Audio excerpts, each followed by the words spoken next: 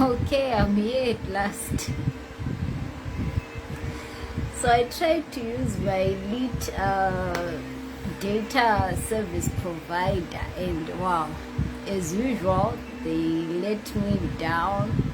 And on the other hand, this app for Airtel, it tells you have bought data and doesn't credit your account. So, and the star 115 was not working, so I was now thinking to just give this up, but we are here, and I'm sure we'll be here for a very short time. I just thought to appear here because I've been noticing I am being quite inconsistent. It's not my thing. I am usually a very, very consistent somebody, even when I really don't feel like it. But of recent times, I don't know. Oh yeah, I need to take somebody here. I need to. Okay, I don't know. How do I type something here? I need to take my Kariba youth advisor. Yeah, because he tasked me with something almost, I think at the time when I started these live videos, it must have been in May. And I was procrastinating until today. So I would love for him to show up here and see this whenever he does, yeah? Yeah, it's just, an advisor youthy thing, so just don't mind it, but I needed to take him on here. And so I usually appear here on Mondays 6 p.m. But then yesterday I announced that I couldn't do it because I was in a refresher course for life coaching and what's called neuro-linguistic programming. That's like psychotherapy. From how I've observed how the two work, the time, going back in time, we call it time travel. The techniques used for both, I noticed that it's actually more or less the same thing. And so I couldn't come on here, but because, like I said, I've been noticing I haven't been consistent of late, especially in the month of July and August. My goodness, I was sorely tempted to just drop this whole thing until even the conference in September. It brought me back on here. Not that I'm thinking that it's not being of help to anyone.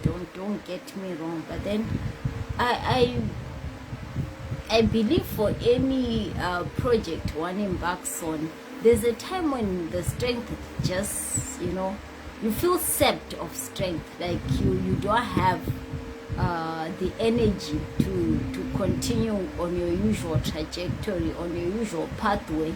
And that's just what was happening with me. I was just feeling like I just need to fold, to go into some comfort zone of not really showing up, But then I had to drag myself back up from there. I'm usually quite very good at that. I need to adjust this thing a bit, because I'm noticing it's a bit high up, or maybe push it back like that. Yeah. So I was saying it's a gift, I think, a natural one, where I'm able to just bounce back even from the worst of scenarios and come back. I am very good at that. But then at the same time, praise, can be a crybaby at times. Strange, isn't it? There are times when I just feel like folding, and I'll be all in tears, and I'll be complaining before God, Jonah, the spirit of Jonah appears a lot on praise, a lot. You have no idea. But then what I'm grateful for is that for me, the complaints I make to God, they refresh me in a manner, because when I actually believe when I'm able to just pour my heart out, like honestly, without no holds barred. That's how I put it. Like I don't have to dress anything up. I don't have to be polite and find cute words to use. I'm just plain complaining like that. It really helps me refresh. I guess it's a way of my getting comforted, because for me, I don't want to lie. I want to testify on this platform here that for me, what I've seen in abundance really is comfort.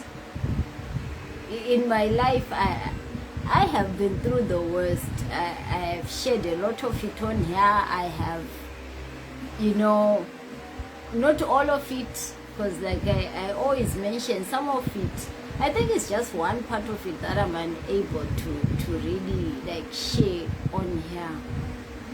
I have people who are close to me who know the part of my story but then on this platform, I don't know if I'll ever be, ready to share on here or on any other public platform like that. I don't know. I may say I may never be able to, but then life has taught me to never say never also. It has taught me to never say never.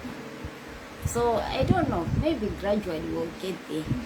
But right now we are here at a place where Praise has shared a lot of the stuff she has been through. And so going back to my story of comfort, I have realized that for myself, I have experienced that in abundance.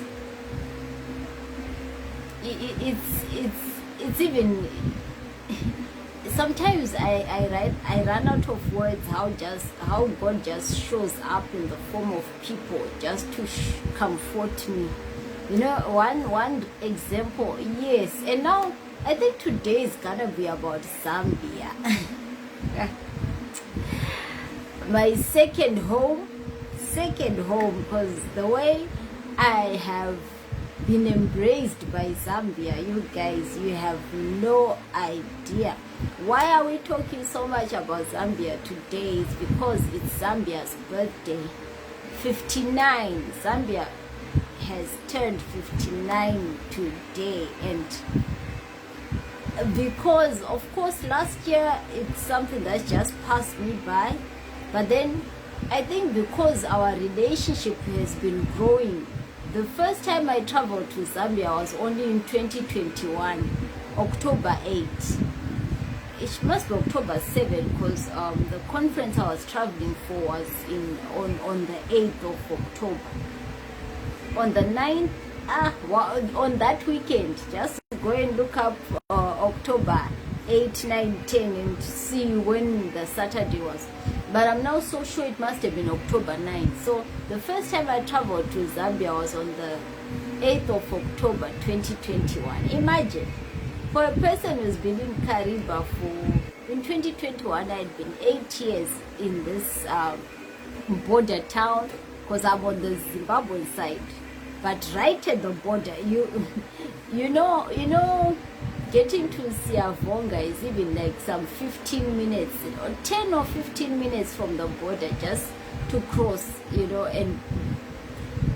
but Praise, in her 8 years in Kariba, had never crossed the border. Of course, I'd crossed to the demo, the no man's land, the Kariba demo, and for obvious reasons, it's a tourist space. You see the Lake Betawa on the on the road on no man's land there.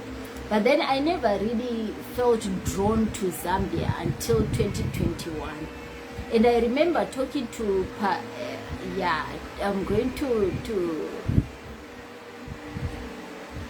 bring it to the fore. I'm so sorry, Pastor Mrs. P.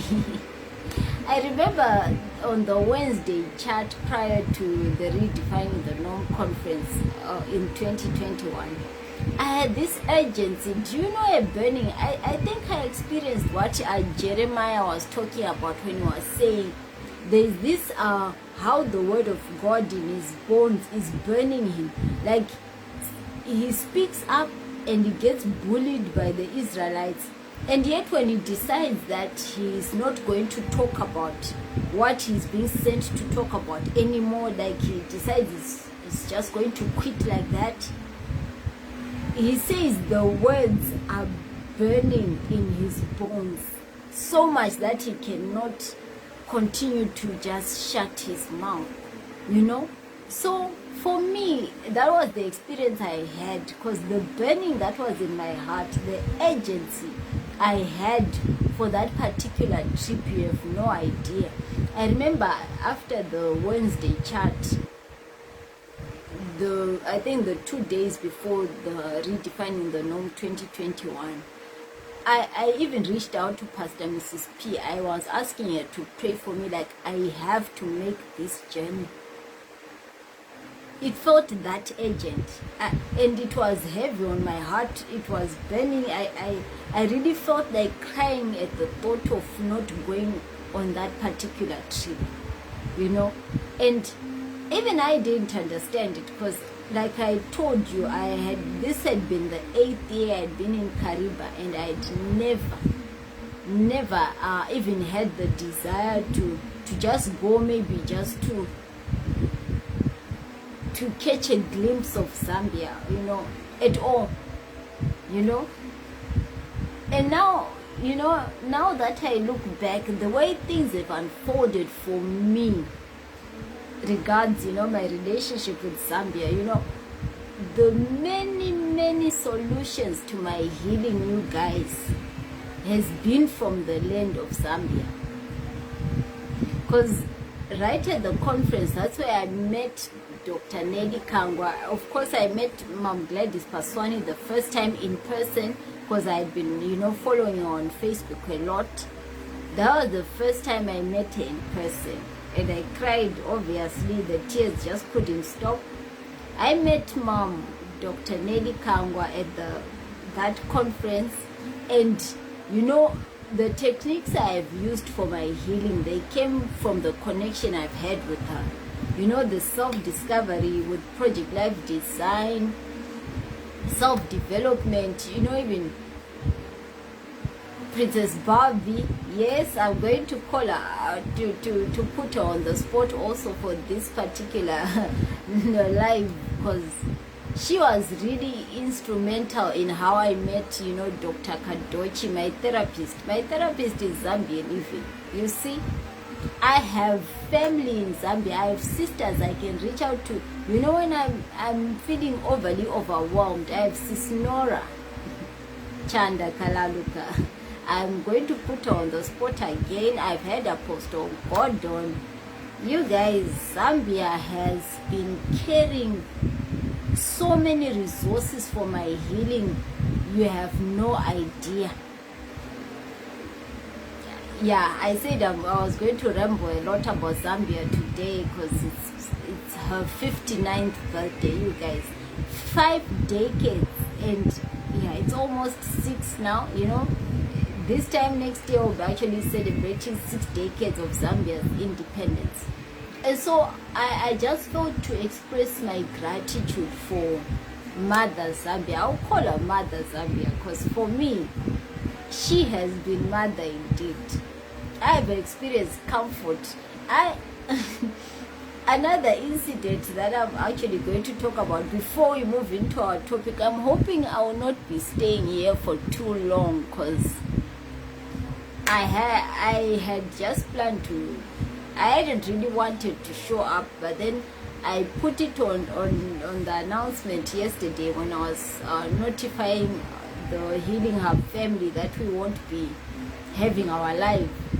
I deliberately put on there that we are going to have it today, because I said I need to work on my consistency, you know.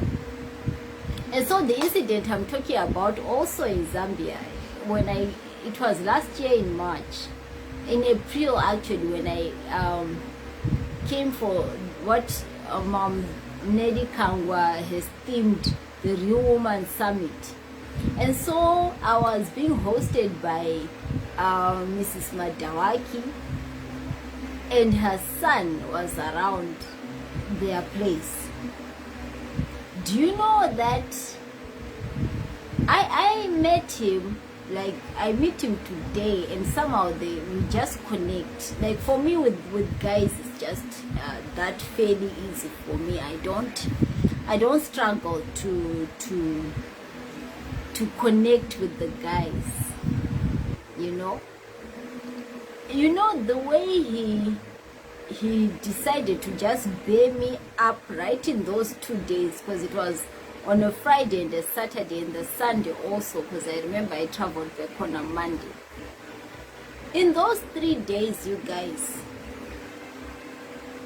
Yaya bore me up in a way that up to today I am shocked, and it was for comfort. I'm connecting Zambia with the comfort I was testifying about, because it has been a major I'll call it a major scrubbing of praise, of the weight that praise has been carrying for so long. Zambia has been highly instrumental with the instruments that I have needed for my healing. Because prior to my journey to Zambia, I had become stuck at this stage. When you have reached a ceiling regards how you have been doing your healing journey. That's where I had reached with the loving people, the caring people who were helping me work out this healing journey from this Zimbabwean end. And yet I felt in my spirit that the work is not, I haven't even scratched the surface, And then the next thing, you have a lot of work to put in, and yet you don't have the resources. You don't even know what it is you can use to actually continue with the work of healing. That's where I was. That's how stuck I was at the time. And people came along. So with Yaya, I remember he was having his, time out away from the public space and whatnot.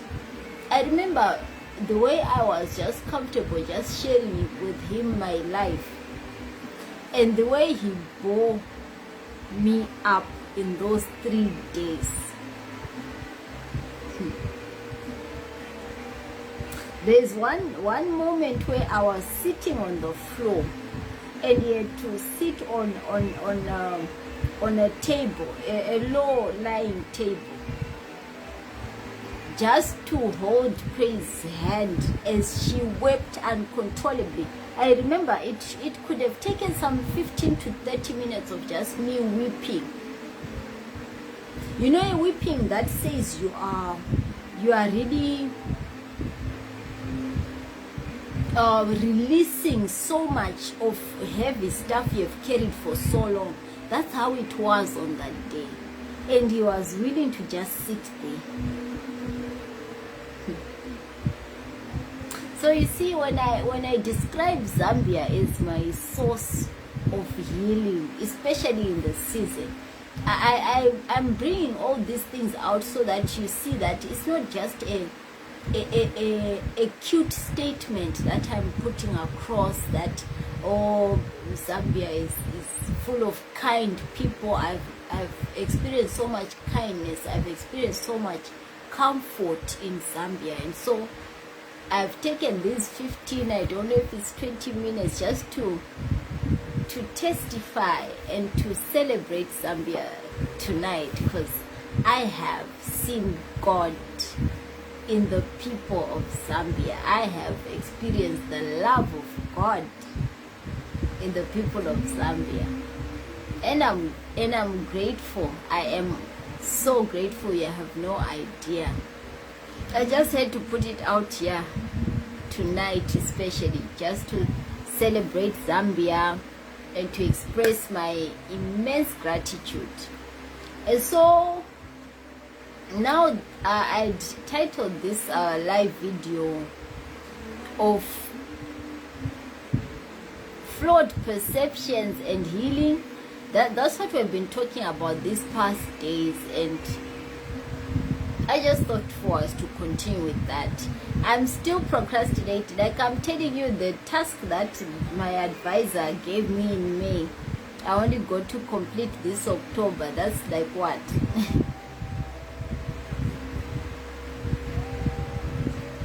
5 months.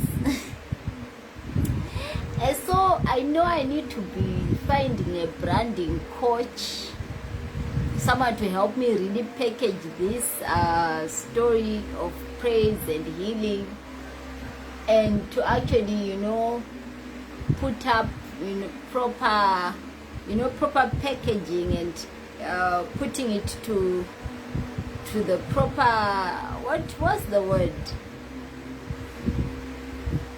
The word is really running away from me, but it must be the target market. Yeah, that's the phrase I was looking for. I heard Coach Carol talk about that quite. So, but then yeah, I'm getting there. Just bear with me. In the meantime, just in the meantime, just make do with the praise who just rambles and just appears here and just talks about whatever comes into her mind on the day, and yeah, we'll be fine. We'll be fine. What's really mattering for me in the season is to actually keep showing up, because for me it has been quite a struggle in the recent days, you know. So I was talking about you know, warped perceptions and healing. It's really a call for us to really become aware of our thought processes, you know. How do we,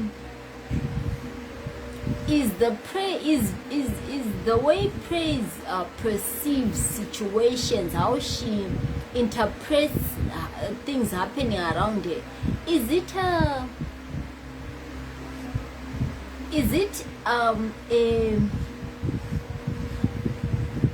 the word is running away from me again.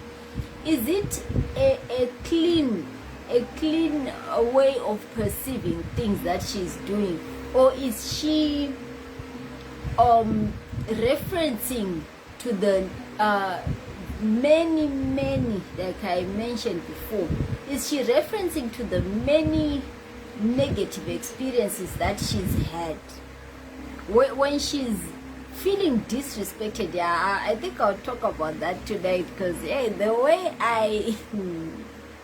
you have no idea, the way I always attach respect or lack of it thereof in how people who are annoying me. Yeah, I try to just use honest words here. When I feel annoyed, or I feel someone has overstepped their boundary, you know what I always, the first thought that comes into my head,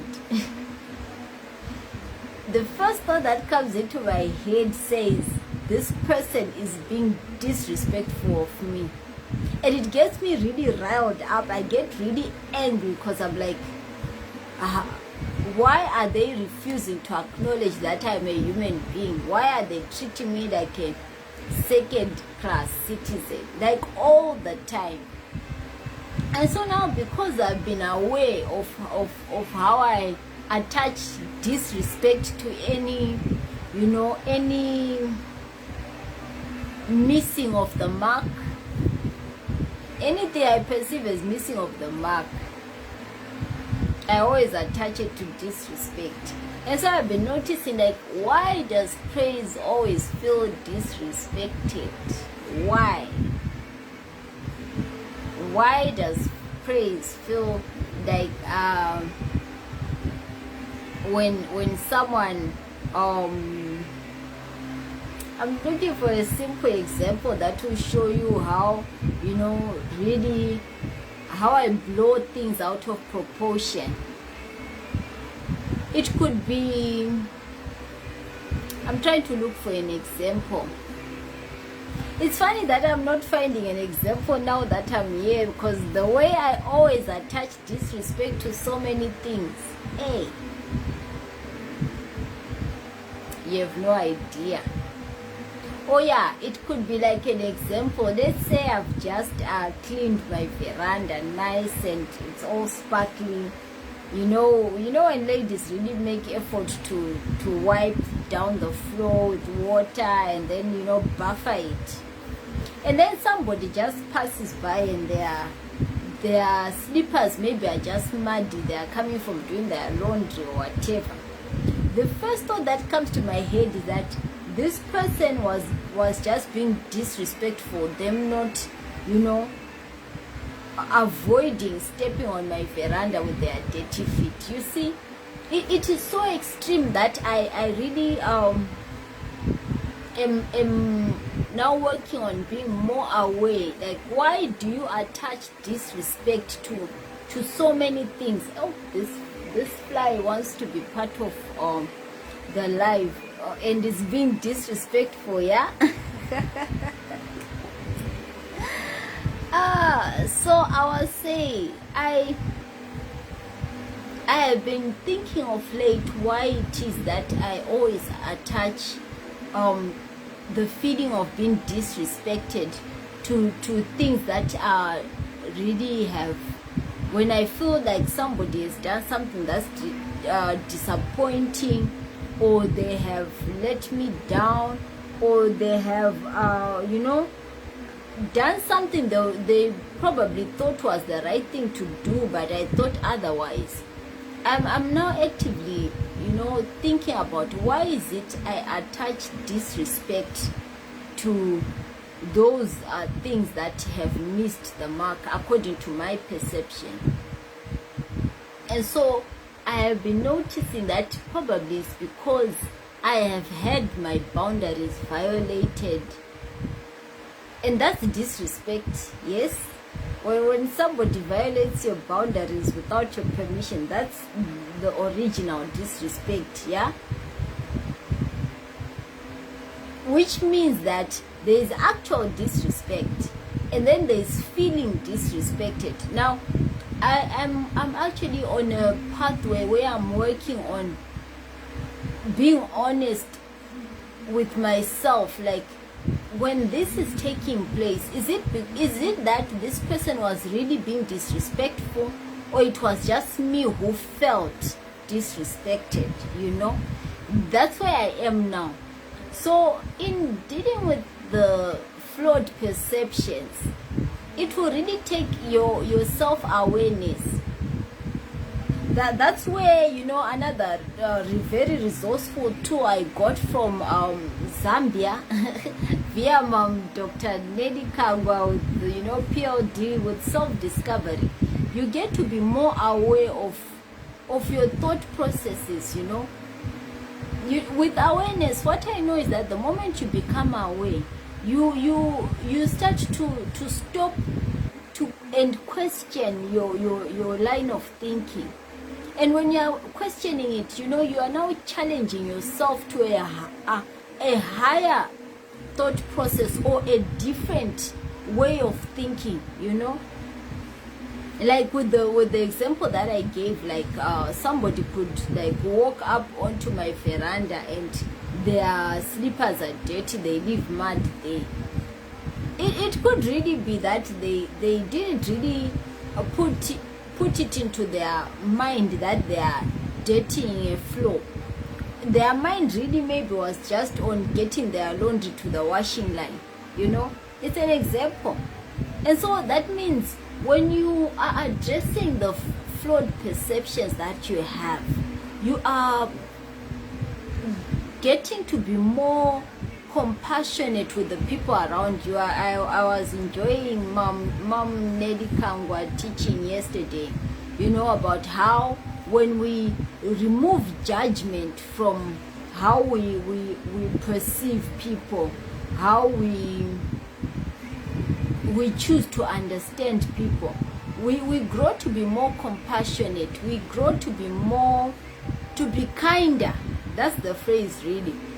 And so that's That's where I am now.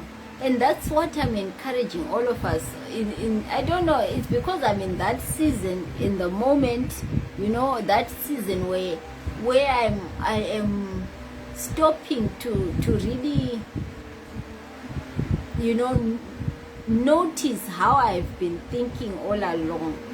Like consciously look at how I've been interpreting scenarios, and you know, there's a time when blue ticking was disrespect.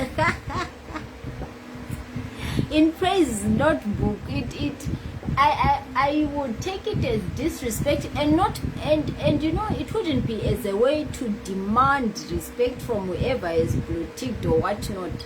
It would be my way of actually shutting them out for good. I'm like, okay, they've disrespected me by not responding, you know, and so I will just, you know, give them the freedom to not communicate with me ever again. I'm glad that's many years ago. It's not recent, so yeah, that's a milestone for Praise, because now she can just leave a message when they respond. If they respond, they do. If they don't, whatever, you know. That's where I am now, and so I'm so grateful for that. So I am at that place now where I am, you know, questioning my thought processes. Why does Praise attach a lot of things to disrespect? Why does Praise feel that people cannot be trusted? You know, even after I've been telling you about Yaya, how he sat by me for hours on end, for a whole 3 days was ministering to Praise. And still later, Praise will come and start to doubt the kindness of people. She will come to doubt the sincerity of people. Yeah, believe you me, I go back there sometimes when I'll be like, people just show up for you because they have pity. They have pity on you. They didn't really mean it when they spent hours in 3 days to just listen to you and to encourage you and to pray for you. Imagine. Reducing, Praise has a tendency of reducing things of value to really small, meaningless things. Why does she do that? That's where I am right now. So my appearing here today for this it's already almost 33 minutes. Yeah, I think we have talked enough for tonight. Is to encourage for someone to walk this journey with me, you know, to start to check out what are those things that maybe your temper gets blown out of proportion by. While we were talking about that, I remember when I was writing the post I put up yesterday, I actually was thinking of a conversation we once had. You know, it was a group of us somewhere, you know, a whole new group of people. And so we're discussing how sometimes how we are raising our children, our generation, how we are raising our children to be in soft manners, you know. I'm high on discipline also. Yeah, like that. So we were just discussing, and I was bringing out how I feel sometimes we are not teaching our children discipline enough. And that's why some of them are falling by the wayside, you know, falling for drugs, or promiscuity, you know, sexual immorality, really. You know, one of the people on that group, I'm actually talking about it now as I'm sharing it with you here. Their response to that, you know, I remember the whole group felt awkward when this lady was going on and on about how parents, they make so much effort, and really you can never know what's happening with the person. We can never accuse the ones who were training the children of not doing enough. It was a lot, and their eyes were filling with tears. I remember when I was looking at them, their voice was emotional. We could all see that they were about to cry, you know. And then when we started to interrogate, you know, ask a bit more questions, that's when we found out she has a brother, you know, a black sheep in the family. Like, they have tried everything to encourage him, to pay for him, but he has reached a stage where he will leave home and stay on the streets, you know, due to substance abuse, like that. And so now I then realized, no, it wasn't what I said in our conversation about, you know, how we need to instill more discipline in our children and whatnot. It was because her response really was based on an experience that she had, probably one that is still affecting her in this moment, you know, and we just didn't know it.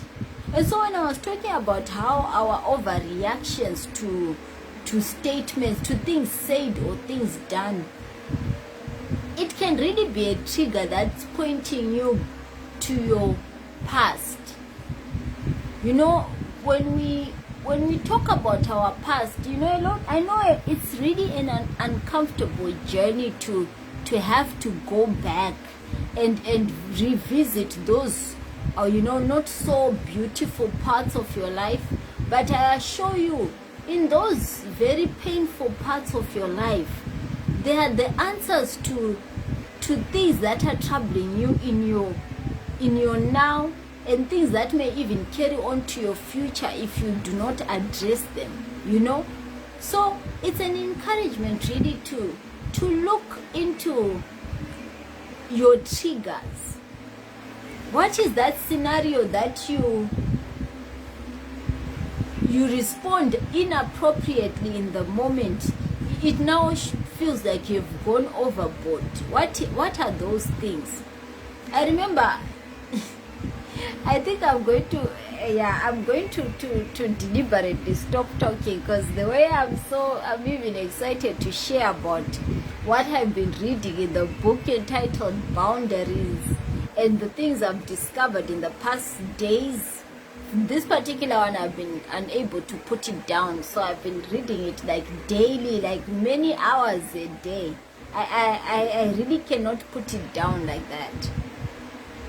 And so I was realizing, even when I was reading that book, that there are things that we respond to in a manner like in the sense of boundaries. There was a time again when I felt like a no was a withdrawal of love from someone I care about, you know. For example, say I asked for my young sister for a soft loan. Yeah, she's my personal rich auntie. She knows, because I always tell her, you need to continue making money, because I need to be borrowing from you. Like that. But then, you know, there would be times when I would think that it's an obvious thing that she's going to lend me some money. And then she would tell me, in this moment I don't have, because 1, 2, 3, 4, and she really has her genuine reasons for failing to lend me money in that moment. But somehow I would feel like she has rejected who I am as her sister. She has not loved me enough, you know. Yes, and I've grown out of that, with thank God, because you know, being self-aware is so beautiful, because you get to notice your milestones, you know. So now I'm able to, when she tells me, even when sometimes, let's say she owes me, and now I feel like I need that money back urgently. And maybe we will have agreed that she will give me in a certain month. And then when that month arrives, she tells me, my sister, I don't have your money this month because I have this, I have paid for my school, I have that project that was now getting overdue, I had to cover that, so I'm really being left with no extra money to give you back. Yes, I would. Before Praise got healing, she felt like she has been rejected by her own sister. My sister has not loved me enough, so she hasn't seen my request as she has taken my request as one that is not so important. So you see where Praise has been going with refusals to requests. She has taken it to mean that people don't really care about her. They just tolerate her. They pretend for the sake of progress. I don't even know what that means now that we're talking about. But there was a time when I used to have that kind of thinking, you know. Yeah. I'm so sure this rambling will make sense to somebody. An invitation to revisit how you respond to scenarios. Are you responding to them purely on what has happened in that moment, or you are now carrying the whole baggage of what has happened? You know, I don't know how many decades. I've told you before that Praise has carried decades of pain, and it has been only these recent years that she has truly faced the baggage to actually resolve issues, you know. And this is the invitation really for us tonight. And so yeah, I'll not promise that it's going to be today or tomorrow that I'm going to start really packaging, you know, the Healing Hub and what it stands for. I will not promise that it's going to be today or tomorrow, but I'm sure you will notice the difference when I get it done finally. So may you be encouraged really to stop and think about your perceptions. Why do you think the way that you do? Why do you respond in a manner that leaves your community, the society that you are in, that leaves them, you know, with a bad taste in their mouths? What causes for you to overreact? You know, when you stop to really think about it, you'll notice that there are things that you need to address, things that you need to resolve for you to come back to a level place for your reasoning, for your interpretation of scenarios and situations. That's what this series, I'll call it a series, because we've talked about it since the time I left Lusaka in September. Yeah, I'm sure that's when we started to talk about these flawed perceptions. I had gotten rattled in that week. Yeah. And so, like, I've always promised that I will be addressing things as they come in my life. I want it to be a healing publicly kind of thing. That's one thing I know about the Healing Hub, that Praise, when she's heavy of heart, she will come and mention it here. She will not disappear and heal first and then come back all glowy and shiny and pretend as though it's an easy journey. Why I do this is so that